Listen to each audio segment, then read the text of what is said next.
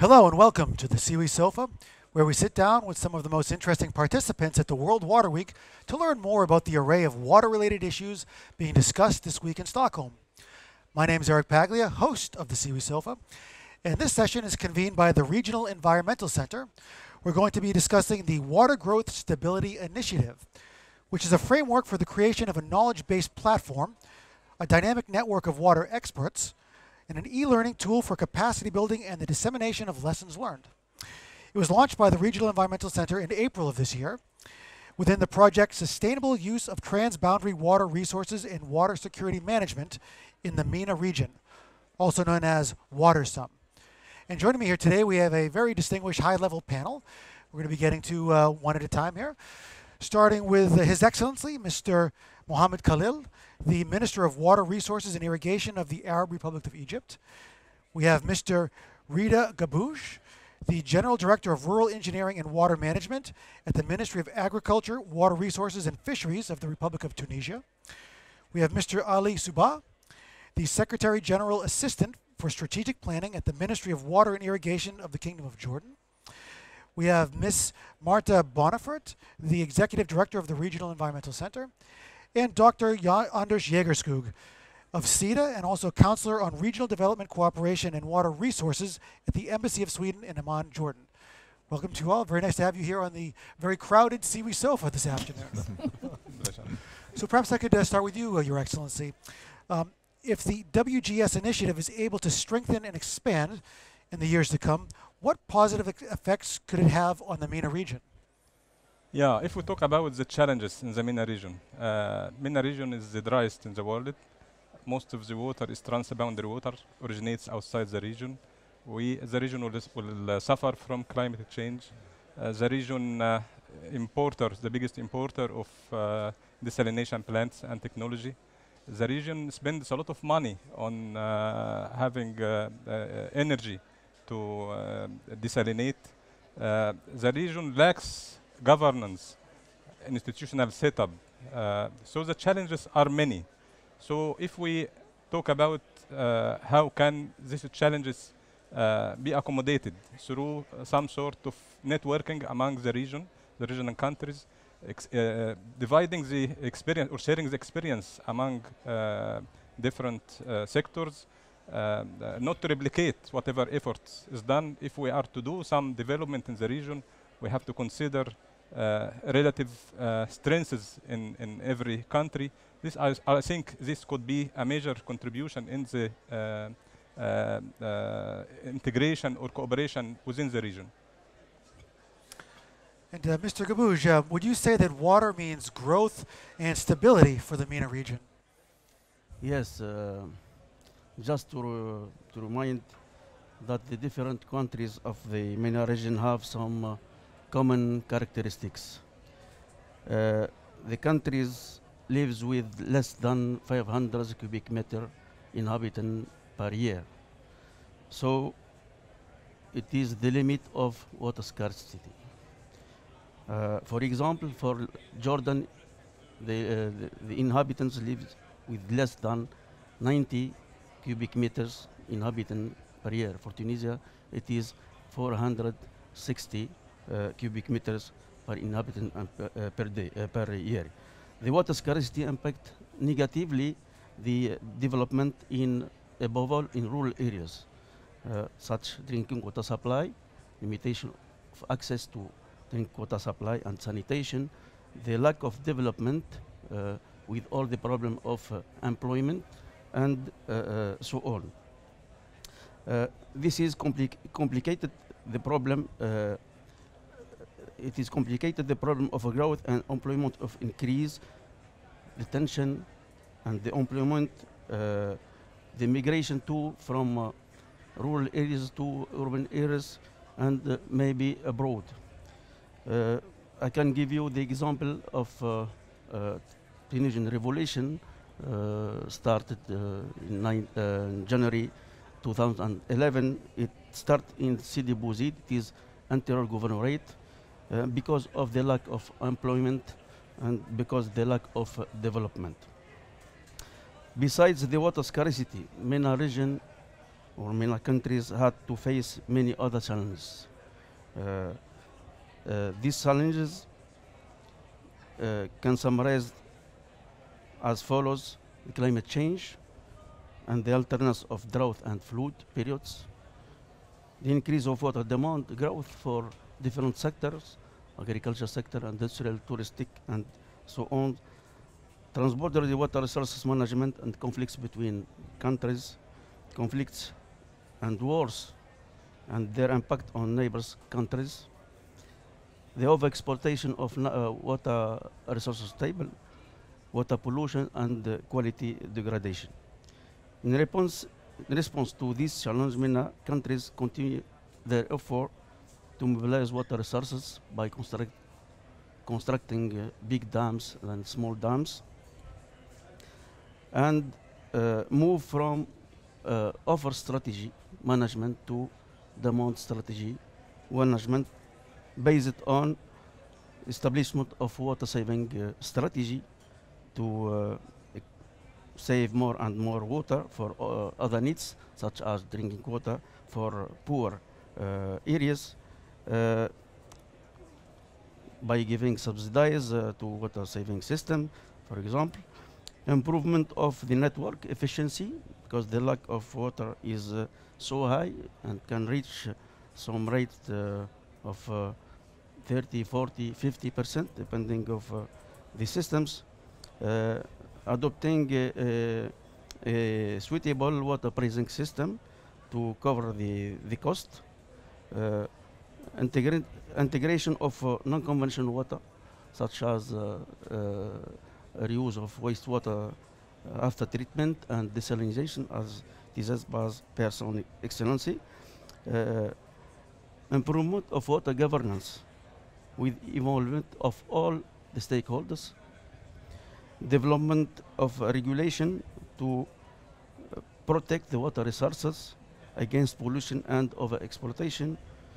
Adoption of water diplomacy to reduce conflicts and ensure the development, peace, and stability. Countries of the MENA region work closely with the REC now to implement the Water Growth and Stability Initiative to try to overcome all the or most of all the problems mentioned above. Thank you. Mr. Subah, do you think that the Water Growth and Stability Initiative could help facilitate cooperation between the European Union and the countries of the MENA region? Yeah, in shortage, yes. But when we talk about the EU support for the MENA region, and especially for Jordan, really it's needed, because Jordan, as other countries in the MENA region, located in arid and semi-arid countries, areas. So it means with the shortages of water. If we look to the Jordan, all the renewable water is less than 800 million cubic meter per year, which depends mainly on the rainfall. Always in our life, we managing our water resources in a crisis way. But nowadays, there is additional challenges, which is the fluxes of refugees make the life more difficult for the water decision maker for water demand management.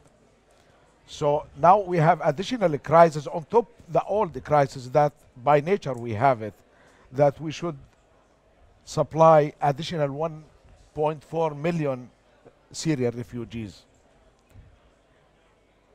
Before, Jordanians receive 1 day per week water to his house or flat and store it in the storage in the roof. Nowadays, some areas need 2 or 3 weeks to receive the water, because the demand, especially in the northern part of Jordan,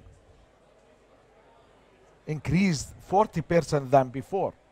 And the northern part of Jordan is a scarce area related to the water resources. In the national level, more than 20% increase. So, in addition to the refugees, as in the MENA region happened, the climate change impact, the fluctuation of the rainfall before we knew that from November until January, we have good rain. Now they're shifting. Sometimes until January, we will not have rain. And it comes in 1 month.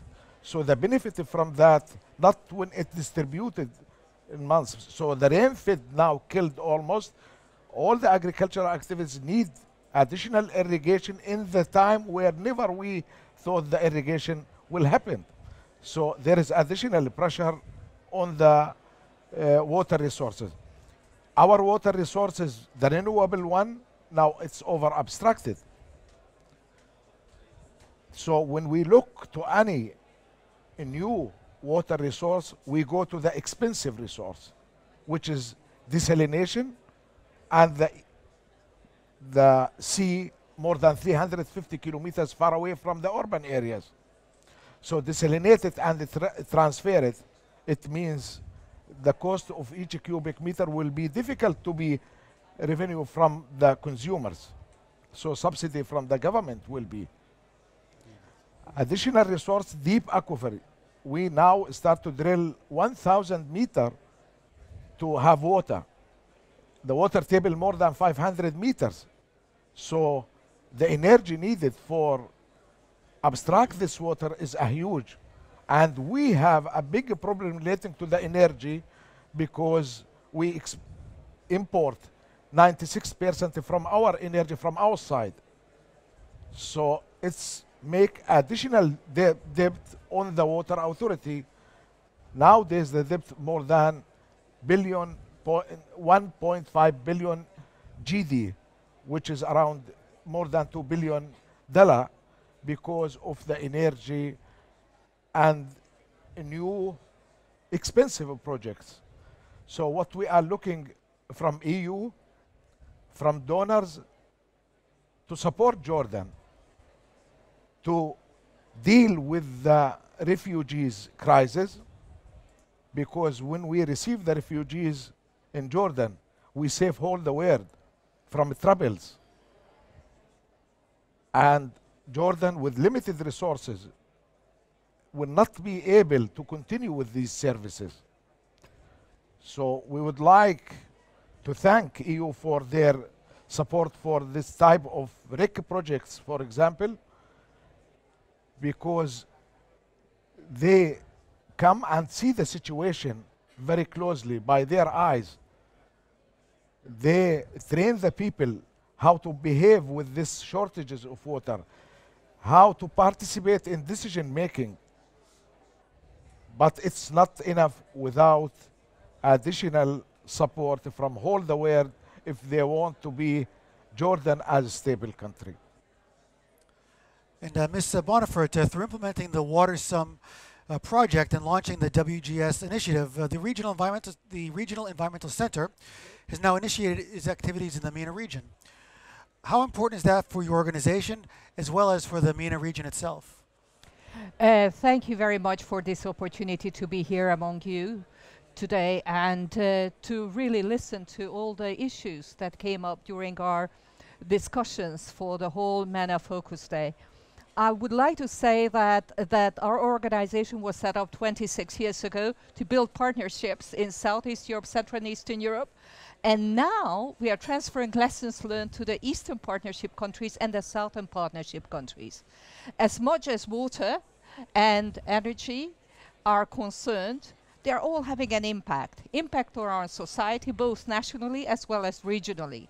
So when you look into it, some of the good examples that we can take, and I was also saying today, some of the challenges we were facing in the past could be transferred and shown over water security issues under the EMSEC, Environmental Security Initiative, where the Regional Environmental Center is a partner. But we should also think about the future, because the future also brings in the negative effects of climate change to our region, to Southeast Europe. And we can learn from the countries that have undergone, unfortunately, some of these challenges much earlier. And we can share and build partnerships for the present as well as for the future.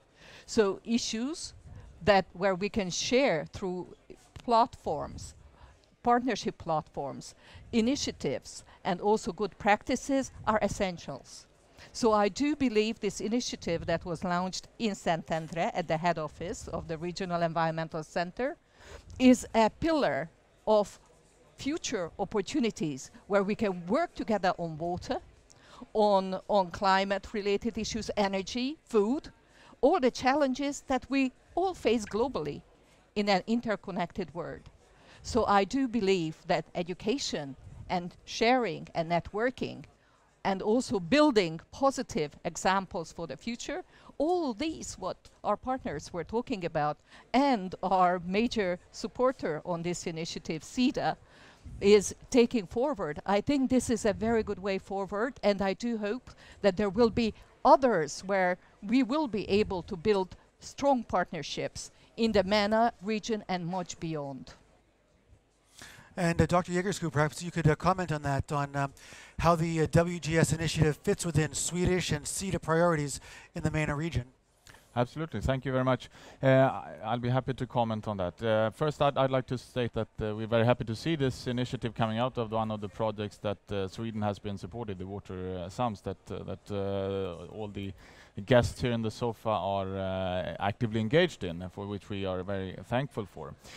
Sweden has and takes the view that if you engage on water issue in any region, the MENA region or in any other region, you need to do it with a long-term perspective. You need a patience.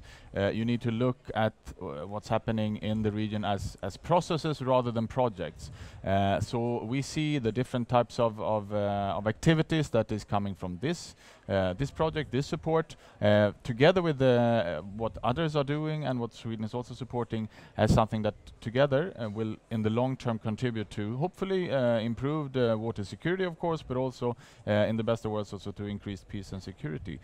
Sweden has, as of this year, a new strategy for the next 5 years for the whole MENA region, and I'm happy to see that water is one of the 3 highlighted issues for the next 5 years, and as it has been for the last 5 years, coming back to the terms of taking a long-term perspective in which the WGS initiative is an important component for which we're very happy.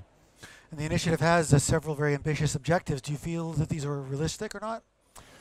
I think that there's a need for a vision, and while some of the objectives, may in the short term seem a little distant, in the longer term, I believe that one should aim high, and we need to prepare for the day when perhaps cooperation over the Jordan River, full cooperation on all the aspects of the Nile, the Euphrates, Tigris will be there.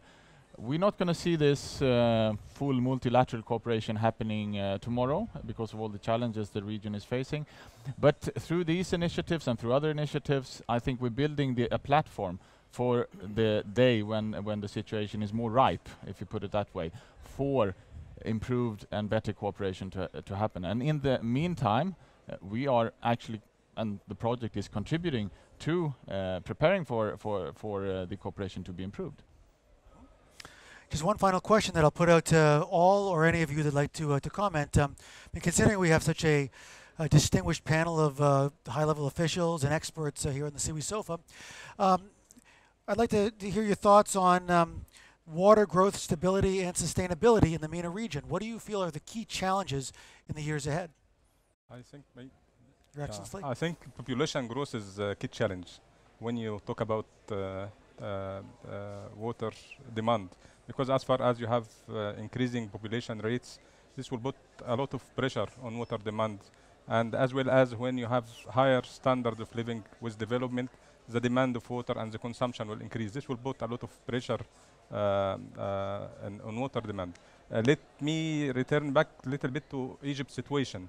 When we talk about the climate change and the inundation of Delta, that have 3 million persons are vulnerable to be resettled in different areas, this put us in a challenge that we need to think about the future.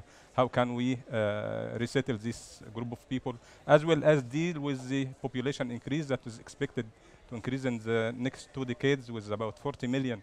That will require additional water, additional resources, more utilization of the resources. Looking at the research areas on how to deal with research in having crops that can tolerate salt and agriculture, work in research to develop appropriate technology for desalination for two purposes, either for agriculture or for drinking water. All these are needed to be tackled within the region and regional base, because one country cannot face all these challenges alone. So if we talk about the region, at MENA region or an river basin region like the Nile River Basin, we have to think about developing the corridors, more cooperation among different countries to face these challenges. Thank you. If I may add to what His Excellency was saying, a lot of the issues, of course, to increase the water supply, which is being done in many of these countries through, for example, desalination. But I believe there's also a need to look at the demand side. There are many things that can be done to improve efficiency and thereby decrease demand, and thereby also addressing the issue of achieving more water for the growing population which is needed. I would like to say that for us, one of the most important elements is to look into future generations. So to work with children, with communities, to build together a better understanding, adding to the resource efficiency and the savings.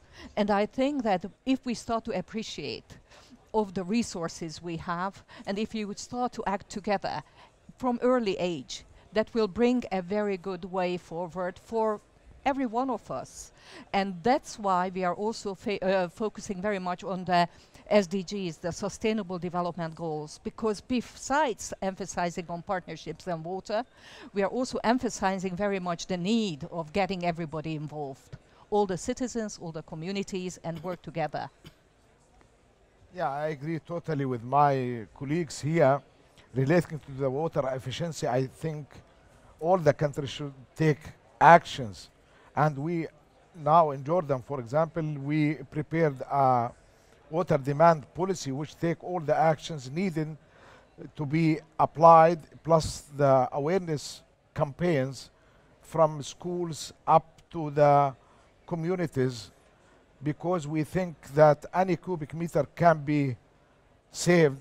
It can reduce our pressure on the resources for the future generation.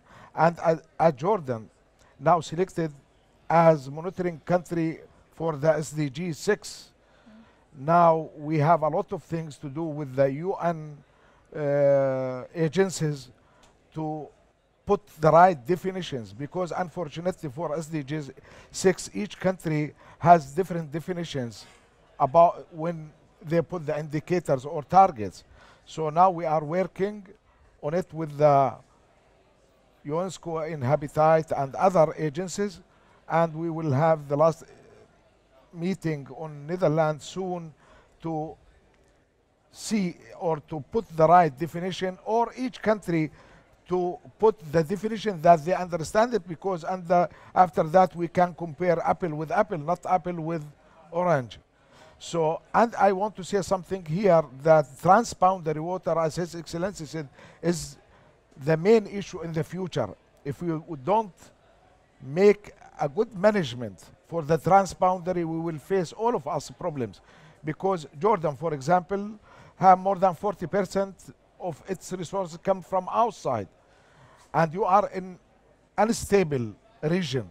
With whom to talk, with whom to, because there is no institutionalization in the agreements that done before. So I think the transboundary will be one main issue in the future that all the countries should take care about it. I agree with my colleagues. I think the next step is how we can strengthen the water saving strategy in the MENA region, because the agriculture sector consume the great part of the water resources, about 80% of water resources. How we can give subsidies to encourage farmers to set up water systems We did it in Tunisia, and we have actually 90% of agriculture, irrigation agriculture land equipped with water saving systems. We can increase the tariff to decrease the water consumption by the farmers, and we had to strengthen also the operation and maintenance of the network. This is for from one hand. For the other hand, I think we had to give attention to the rain-fed agriculture, because our food need comes from rain-fed agriculture, about 40% and even 50%.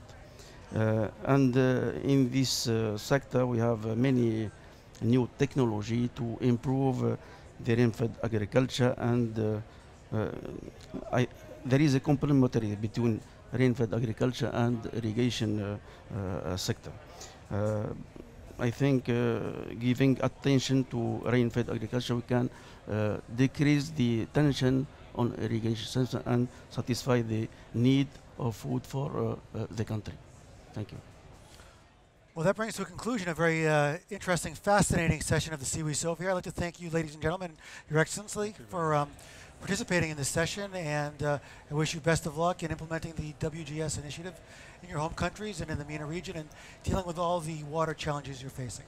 So thank you very much. Thank you. Thank you. And thank you for tuning in to the CWSOFA. Stay tuned for more episodes throughout the World Water Week.